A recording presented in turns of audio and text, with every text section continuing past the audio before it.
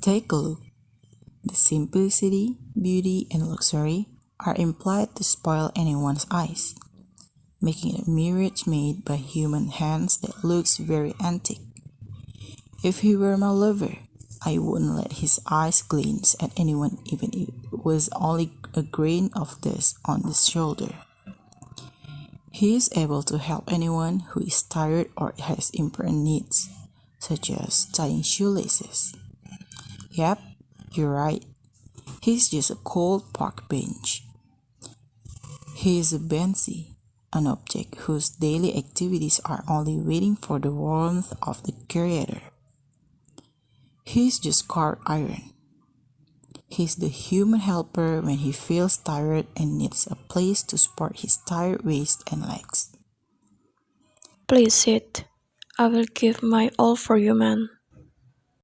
Banshee smiled broadly as he embraced every human who came into his arms. When the largest solar system glanced at it, it would be dry and hot when anyone sat down and stopped. But he still maintains high self-esteem, and it's still the same place. At the time, no one dared to sit or glance at it. He could be categorized as an unfortunate object. Milky-colored crystal beads began to pound on the earth. It looked beautiful and charming. Its beauty cannot make anyone's eyes turn. What an amazing creator of God. Behold, it finally snows. I never thought it would be this fast. Usually this will happen when my hair is shaved. Benzie looked gloomy and sad. He lowered his gaze, but the smile on his lips still remained.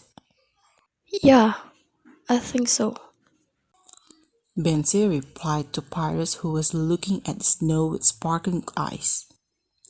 Pyrrhus is a young tree that has a high spirit. He likes to invite anyone to talk and have fun together. Now, Benzie looks sluggish and uninspired, as if something bad is about to happen. There was an old tree standing firmly towering clouds about to scratch the blue sky. He is loyal, beautiful. Even though there are countless gray hairs, at least the other colors add a little bit of beauty to each branch. I saw it without any gaps left. The part that was almost rotten I knew where. He is lichen.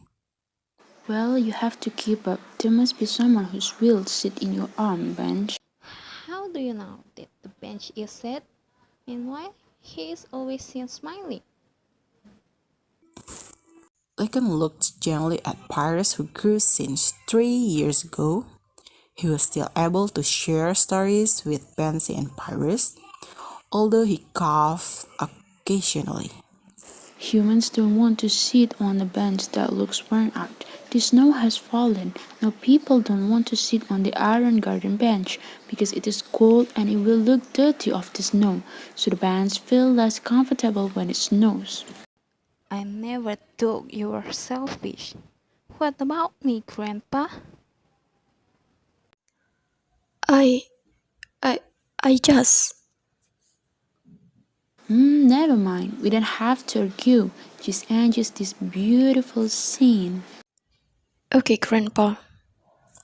Sometimes the old tree and its young protect it from the sun and the cold of dew.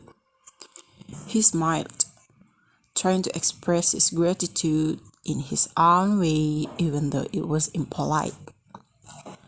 I don't know about this, but I'm happy. Trees is not forever grow alive, like you that made of iron which are not starting to turn brownish. It's only a pile of things that will become rotten by an indiscriminate mess. The dog came trotting towards the cold iron that was Daydream. The dog looked at the iron with a gaze that was difficult to decipher, but he immediately smiled sarcastically. The left front leg of the iron was wet with the liquid that the dog had given him. Look at your feet, wet with urine. Who would have thought that iron was almost eaten away by age still stood strong and had a new color? Because a young man wearing an orange shirt and hat of the same color approached him, giving him a color that can make him stay young and look back to being beautiful as before.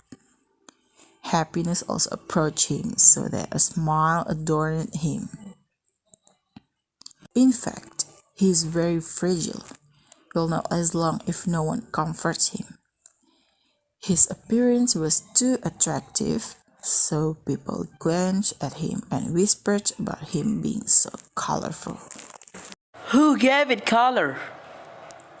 This pedestrian stopped his initial activities just to give comments that could make Bensi lower his gaze. Look at that, it's really disgusting. The color's too flashy to make me nervous. He was still smiling, trying to ignore the chatter.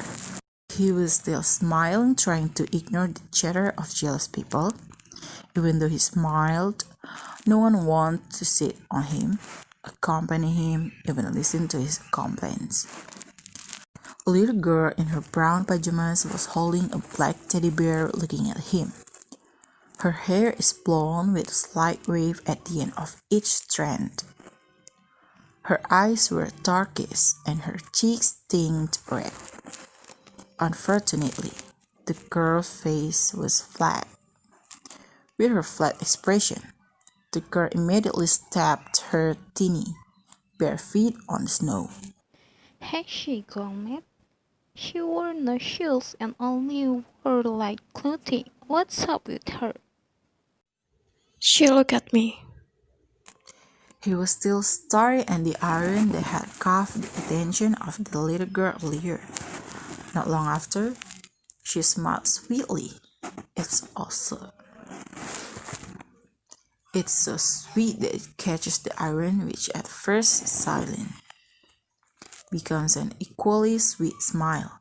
Then the girl approached Bensi. Hi.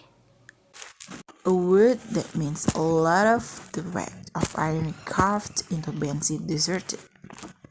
Maybe he was too surprised or happy. He didn't immediately answer the little girl's greeting. After a few minutes, his mind began to realize that there was someone who wanted to dialogue with him after all these years. Are you talking to me? Who do you think I'm talking to? It's just you in here. Likan, Paris, and Bensi immediately looked at each other, indicating that they didn't understand the words the little girl said. I know you are lonely. I intend to accompany you. My name is Melanie. She smiled sweetly, showing her white teeth and a ting on her smooth cheeks. Hey, you little girl. Melanie didn't care about Likan's greeting. To be precise, she shouldn't listen to anyone's words except Pansy. The iron was glued. His face suddenly turned sour. Now, his mind was centered on what this beautiful girl had said earlier, thus making him open up old memories. He was too afraid of the meeting because they would eventually leave and only be able to leave a deep wound. I'm scared. Don't worry. I'm immortal. I guess you'll leave me forever. His iron-colored eyes began to tear up. Melanie's words could make his mind drift somewhere. I'm used to silence. Take it easy, friend. A teardrop appeared. Maybe this is what he had been hiding all this time. Finally, he expelled him because the questions and statements that little Melanie raised. Sorry, I couldn't hold back my tears. I tried, but I couldn't. He is still crying. Melanie took a step closer to give him a deeper hug, trying to provide calm. Calm down. I always be near you. She stroked the shoulders of this bench with great affection. Very warm. Have you ever thought that fate is playing trick on us? She opened the conversation in the middle of a hug with a question that could make him think. I just enjoy what is served in my life, even though it's bitter, but I'm trying to be strong. Melanie smiled beautifully. She glanced at this iron. And I did it. His smile widened. In a moment, the iron froze with a proud gleam. I've always tried what you have been doing, but it never worked until I had meetings. He smiled bitterly after realizing her words, which had made the young girl's eyes a little scary. I know you hate your life, but don't blame anyone. Try again to enjoy more what is present in front of your eyes. Melanie smiled again, so Iron smiled too. Every clear grain made his eyes sparkle, shooting up every attention. They have fun with the golden icicles that sticks to the strands of hair down to their shoulders, even their entire body. Their white teeth didn't know why they glowed like a million brushes. I didn't know it's beautiful when I was with you. The iron is thin so that it makes a crunchy laugh come out without a gap. I don't even know if he can feel the pain of living for so many years. But in seconds he will smile sincerely just seeing a girl smile for him. The prolonged heat making his skin slightly melt and peel off. He didn't like this, but for someone's sake he was willing to swallow his anger whole. He has a hunch that it requires him to shed tears. He didn't know what to do. He finally cried. Hey, calm down. I will always be here. Promise me one thing. They stare at each other with a look that is difficult to interpret, like sad but happy. I'll be happy to keep it. Keep smiling. Honestly, you have the best smile I've ever seen. Melanie didn't see that. He gave a sincere smile. As if that smile was the last time he saw, he also looked away. I will not just leave you and try to immortalize you, dear. He was surely now shedding his eternal smile. Hurriedly, he wiped the melted eyes and tried to smile with relief. I never thought that little Melanie was still standing beside him. It has been a long time since she had a dialogue with wind, water, rain, whatever was passing through her eyes. Melanie is still what she was 8 years ago, with a black teddy bear and a flushed smile. Well, too painful for this little girl to go through. Even though all of them as her friends who share love, she will not forget the navy blue iron, which signifies calm and courage. She approached a pile of iron that was not clear color. I know you are still listening to me all this time. Silent, she was still smiling. Good night, my lover. The words she should have said 8 years ago. It's happening now. Melanie looks better now. Her face is not too dark and her teeth are still white. Melanie smiled for a lump of rigid iron that would be left uninhabited forever. The end.